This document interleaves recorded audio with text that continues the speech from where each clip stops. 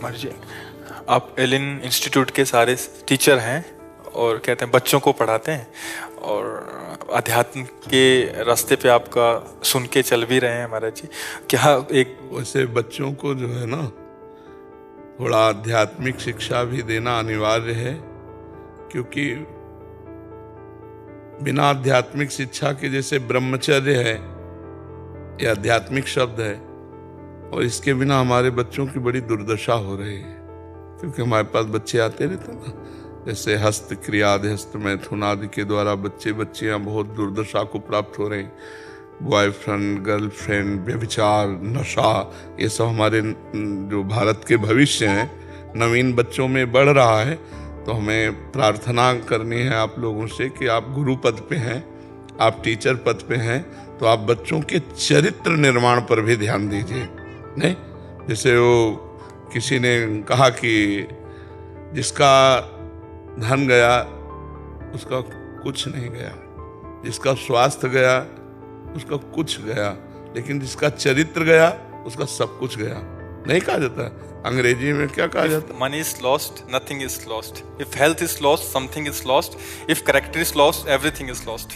आज हमारे बच्चों में उल्टा हो रहा है। तो अब हमें चाहिए कि विद्यार्थियों का चरित्र निर्माण करें, क्योंकि उन्हीं में से कोई एमएलए बनेगा, उन्हीं में से कोई सांसद बनेगा, उन्हीं में से कोई मंत्री बनेगा, कोई डॉक्टर बनेगा, कोई मास्टर बनेगा। तो हमारे बच्चे ही भारत के हमारे भविष्य हैं। तो अगर उनका ब्रह्मचर्य परिपक्व है, चरित्र अच्छा है, कोई व्यसन नहीं, तो वो एकाग्रता पूर्वक अपनी पढ़ाई में लगेंगे, एकाग्रता पूर्वक वो जिस लक्ष्य को प्राप्त करना चाहते उसमें चल पाएंगे।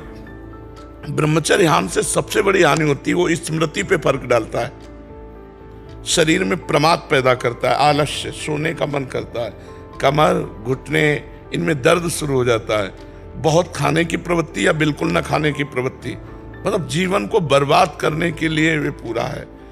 जैसे 20 वर्ष तक ब्रह्मचर्य रहें और फिर इसके बाद गृहस्थ धर्म में जाएं, तो एक अनुकूलित वातावरण उनको गृहस्थ में, तो वो निकल जाएंगे बढ़िया जीवन। और 20 के पहले ही ब्रह्मचर्य नष्ट कर दिए तो बहुत बड़ी हानि हो जाती है। ये ऐसे शिक्षक हैं, ये आगे की कंपटीशन तैयारी कराते हैं। बच्चे महाराज जी बहुत प्रेशर उन पे क्रिएट हो जाता है। उस प्रेशर देखो, हम जो बता रहे हैं इसी में क्षमता है हर प्रेशर को सहने की। आप समझो, ब्रह्मचर्य के द्वारा हमारी जब स्मृति प्रवीण होती है तो एक बार बोलो और बस दिमाग में हम उसको फिट कर लें। आप कभी जीवन में पूछ लेना, तो हमारे जो बच्चों को प्रेशर लगता है ना पढ़ाई, वो ब्रह्मचर्यहीनता के कारण लगता है। नहीं, एक आनंद की अनुभूति, ब्रह्मचर्य एक शीतलता है, ब्रह्मचर्य एक बल है, और ब्रह्मचर्य ब्रह्म है, उसको समझना चाहिए। तो हमारे बच्चों बच्चियों में ये आप जानकारी जरूर दें, क्योंकि जो आध्यात्मिक पढ़ाई है वही इसे सुधार सकती है। भौतिक पढ़ाई में तो और इसका प्रोत्साहन दिया जाता है, जैसे डॉक्टर कहते हैं प्रोत्साहन स्वरूप में कि कोई हानि नहीं है, और यहाँ प्रत्यक्ष बच्चों के जीवन बर्बाद होते चले जा रहे हैं। उनका आहार, व्यवहार, चरित्र अगर ठीक है तो पढ़ाई में उन्नति प्राप्त करेंगे, नहीं तो परेशान हो जाएंगे, फिर नशा करने लगेंगे, फिर हार जाएंगे, फिर वो अपने आप को नष्ट करना चाहेंगे। बहुत से बच्चे हारने पर अपने आप को नष्ट करते हैं ना। क्यों? हार जाना एक स्वाभाविक प्रक्रिया है, लेकिन नष्ट करना स्वाभाविक प्रक्रिया नहीं। हार और जीत दो ही पक्ष होते हैं, पास होना या फेल होना। मान लो थोड़ा हमारी प्रमाद स्थिति में उत्तर सही नहीं हुआ, हम फेल हो गए, तो हम अगली साल और पढ़ करके फर्स्ट नंबर में आने की कोशिश करें, किस करने की कोशिश करें। तो ये बच्चों को संभालना। पढ़ा तो आप रहे ही हैं, जिस विषय को पढ़ा रहे हैं बड़ी प्रवीणता से पढ़ाइए, क्योंकि वो सब में भगवान विराजमान। लेकिन ये जरूर चरित्र के विषय में क्यों, अब बताइए।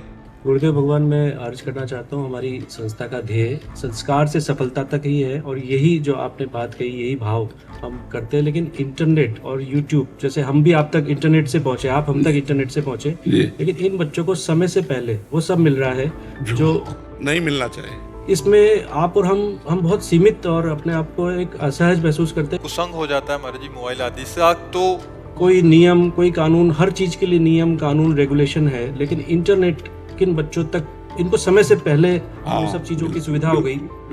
अच्छा, उससे क्या होता है महाराज जी? एक दूसरे से संपर्क हो जाता है या गलत चीजें देख सकते हैं। ये वायरस की तरह बढ़ता है।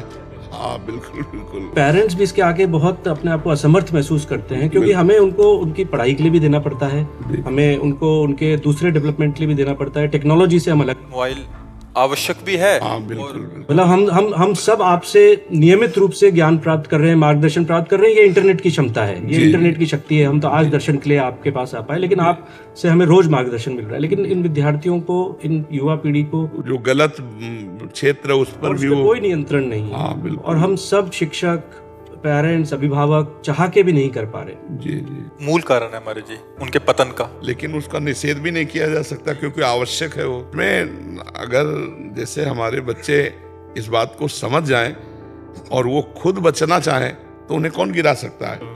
पर हमारे बच्चों के दिमाग में भरना होगा कि ये चीजें आपके पतन के कारण है, ये आपका पतन का उद्दंड बच्चे, उनकी बात तो नहीं, कुछ सभ्य बच्चे हैं, वो अपना सुधार कर रहे हैं और सुधार करेंगे। हमको ये बात उनके सामने रखनी है। जो बात हम कह रहे हैं, ये बात अगर हम 1 मिनट में भी रख देंगे या आप ना सुनाओ, किसी के सुनाए हुए बातें सुना दो, तो उनके दिमाग में तो आ जाए ये गलत है। अभी तो उनको यही नहीं पता गलत है। बहुत से डॉक्टर सपोर्ट करते हैं, बहुत से मित्र सपोर्ट करते हैं, मोबाइल आदि के वीडियो सपोर्ट करते हैं, तो उनका मन वैसे ही चंचल है तो उनको और अच्छा लगने लगता है गलत मार्ग। तो हमें समझाना होगा कि गलत मार्ग से सुख नहीं मिलता।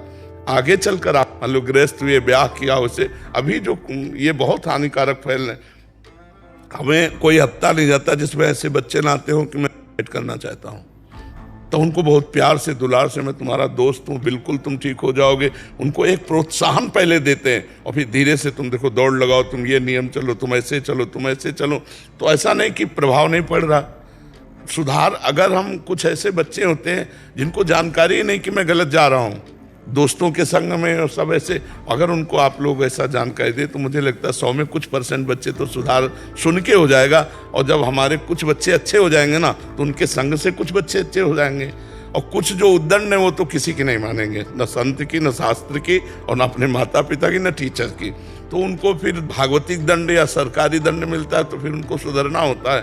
उद्दंडता का फल दंड ही है, दंड से ही सुधारा जाए। वो साम नीति के द्वारा तो सुधर नहीं सकते। आपके दर्शन हो गए यार, एक एक दुपट्टा सबको पहनना। महाराज जी, एक जीवन में हार एक अटल सत्य है। जीतेंगे हारेंगे, हार के प्रति स्वीकार्यता बहुत कम होती जा रही है, बहुत होती है। हाँ, बहुत कम। भगवान ने कहा सुख दुखे समय कृत्वा लाभा अलाभो जया अजयो। अजय माने पराजय में भी हमें समान रहे। पर ये नाम जप से हो जाएगा। अगर नाम जप किया जाए तो हमारी इतनी बुद्धि धैर्यवान रहेगी कि हम हार को भी जीत में बदल देंगे। हम हार कर निराश नहीं होंगे। नाम जप पर अब स्कूल में नाम जप वाली बातें तो कही ले जाती है। 18-20 साल के, 15 साल के विद्यार्थी तो सोचते हैं हमारे सिलेबस का पार्ट ही नहीं है। हाँ, वो सोचते हैं। जी जी, लगता है कि ये तो हमारे पिताजी, पेरेंट्स। हाँ, ऐसा लगता है। लेकिन तभी बुद्धि दृढ़ होगी जब भगवान का नाम जप, थोड़ा भी अगर नाम जप करने लगे तो बुद्धि धैर्यवान हो जाए, बुद्धि पवित्र हो जाए। भगवान का नाम मंगलमय है। ये बहुत से बच्चे जपते भी हैं, बहुत से जपते, पर प्रायः ऐसी धारणा है कि ये तो बुजुर्गों का काम है।